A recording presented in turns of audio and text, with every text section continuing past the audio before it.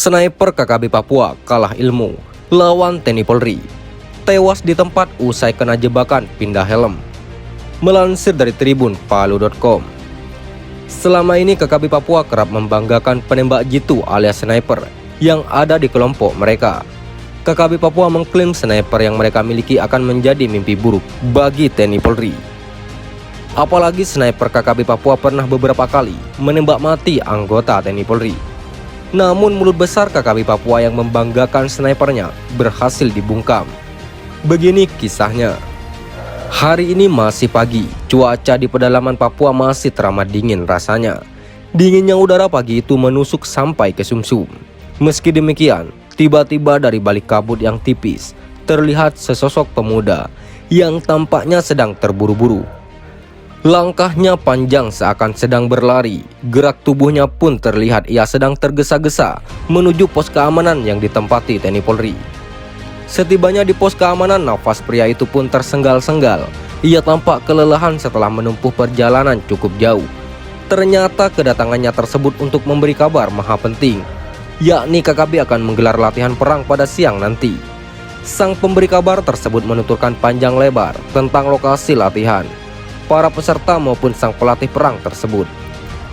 Alhasil dari penuturan itulah akhirnya diketahui bahwa salah satu pelatih perang bagi anak-anak muda Papua adalah sniper alias penembak jitu andalan KKB.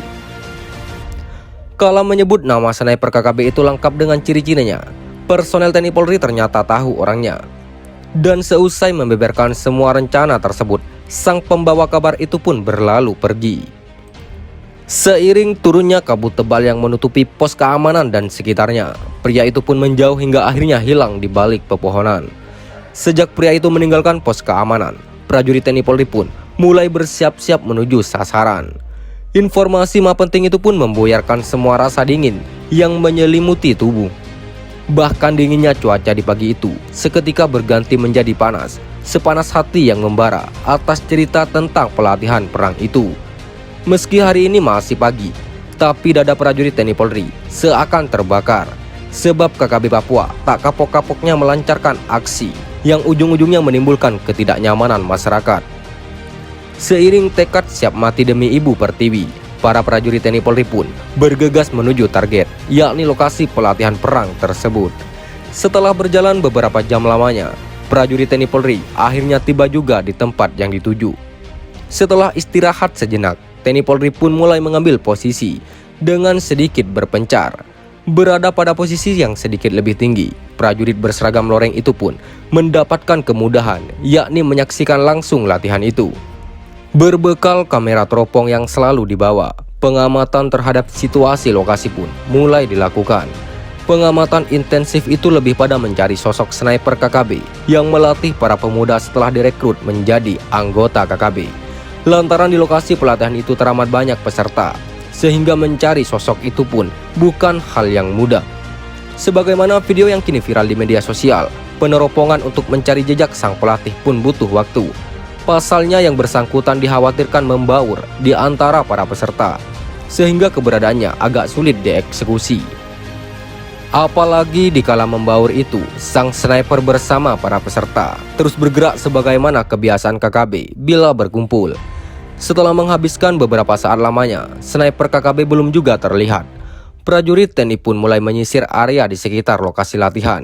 Semua sisi dipantau dengan seksama, tapi orang yang dicari sama sekali tak terlihat batang hidungnya. Bak hilang di telan bumi, itulah yang dirasakan prajurit kala melacak jejak sang sniper andalan KKB tersebut. Lantaran waktu terus bergulir, sang surya pun kian ganas menerangi bumi. TNI Polri pun lantas mengubah pola pelacakan. Kali ini cara yang dilakukan adalah memancing agar sniper KKB itu keluar dari tempat persembunyian. Siasatnya pun dengan memberikan tembakan peringatan sebagaimana biasanya, tapi tembakan yang membuat para pengikut KKB gemeteran. Untuk itulah, beberapa prajurit pilihan bersama sniper TNI melakukan tembakan serentak pada waktu yang bersamaan. Tembakan itu menyasar tiang bendera bintang kejora yang ada di tengah lapangan. Maklum, sebelum latihan perang dimulai, para peserta terlebih dahulu mengikuti serangkaian acara hingga pada momen pengibaran bendera Papua. Hanya dengan sekali tembakan, pucuk tiang bendera itu patah dan bendera pun terjuntal lemah di hadapan para peserta. Pada saat itulah, suasana yang sebelumnya terdengar hening tiba-tiba berubah menjadi kocar-kacir. Semua peserta termasuk anggota organik KKB lari berhamburan menyelamatkan diri, dan semuanya masuk hutan untuk bersembunyi. Pada saat bersamaan, KKB juga melepaskan tembakan yang membabi buta. Mereka menembak ke segala arah sekedar memberikan perlawanan. Sikap KKB itu sama sekali tak membuat prajurit TNI terpancing, karena yang diincar TNI Polri adalah sniper andalan KKB. Akhirnya momen-momen menegangkan itu datang juga. Saat itulah sniper TNI mulai menunjukkan taringnya. Siasat pemindahan helm pun dilakukan dengan sangat hati-hati karena nyawa taruhannya. Sang sniper TNI itu meminta seorang prajurit TNI memindahkan helm, karena saat helm itu dipindahkan, sniper KKB pasti bertindak. Ternyata benar, tatkala helm itu dipindahkan, hanya dalam hitungan detik, sebuah peluru langsung menimpa helm tersebut. Rupanya sniper KKB lupa bahwa tindakannya menembak helm itu senantiasa dalam pantauan sniper kebanggaan TNI Polri. Makanya tatkala percikan api muncul dari ujung senjata api sniper KKB, pada saat yang sama sniper TNI mengirimkan sebuah timah panas ke titik yang dituju. Hasilnya sniper KKB itu tak lagi menunjukkan kebolehannya.